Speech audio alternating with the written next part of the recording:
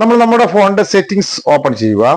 About phone എന്ന് പറയുന്ന about phone എന്നും എബൌട്ട് ഡിവൈസ് എന്നും പറഞ്ഞ് പല പല ഫോണിലും പല രീതിയിലാണ് കൊടുത്തിട്ടുള്ളത്. ഇതിൽ എബൌട്ട് ഡിവൈസ് എന്നാണ് കൊടുത്തിട്ടുള്ളത്.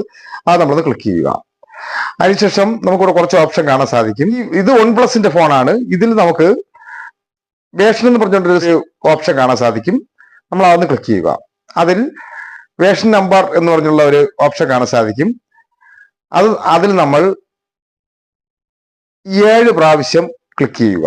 ഇത് നമുക്ക് സെറ്റിംഗ്സിൽ അഡീഷണൽ സെറ്റിംഗ്സ് എന്ന് പറയുന്ന ഒരു ഓപ്ഷൻ കാണാൻ സാധിക്കും. അതിൽ നമ്മൾ ക്ലിക്ക് ചെയ്യുന്ന സമയത്ത് നമുക്കിവിടെ താഴെ ഈ ഡെവലപ്പർ ഓപ്ഷൻ എനേബിൾ ആയത് നമുക്കിവിടെ കാണാൻ സാധിക്കും. നമ്മൾ അതൊന്ന് ക്ലിക്ക് ചെയ്യുക.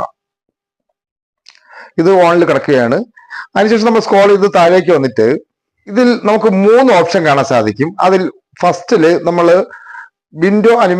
വിൻഡോ അനിമേഷൻ സ്കെയിൽ എന്ന് കാണാൻ സാധിക്കും. അത് സ്കെയിൽ 1x കൊടുത്തിട്ടുള്ളത്. നമ്മൾ അത് ക്ലിക്ക് ചെയ്തതിന് ശേഷം രണ്ടാമത്തെ ഓപ്ഷനായ 0.5x കൊടുക്കുക.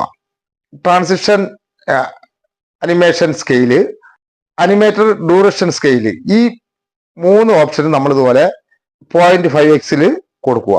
ഇത് നമുക്കൊരു വീഡിയോയോ യൂട്യൂബിലെ വീഡിയോ അല്ലെങ്കിൽ ഏതെങ്കിലും ഒരു ആപ്ലിക്കേഷനിലെ വീഡിയോ നമുക്ക് പെട്ടെന്ന് ഓപ്പൺ ആവാൻ വേണ്ടിയിട്ടാണ് ഈ ഓപ്ഷൻ നമ്മൾ 0.5x കൊടുത്തിരിക്കുന്നത്.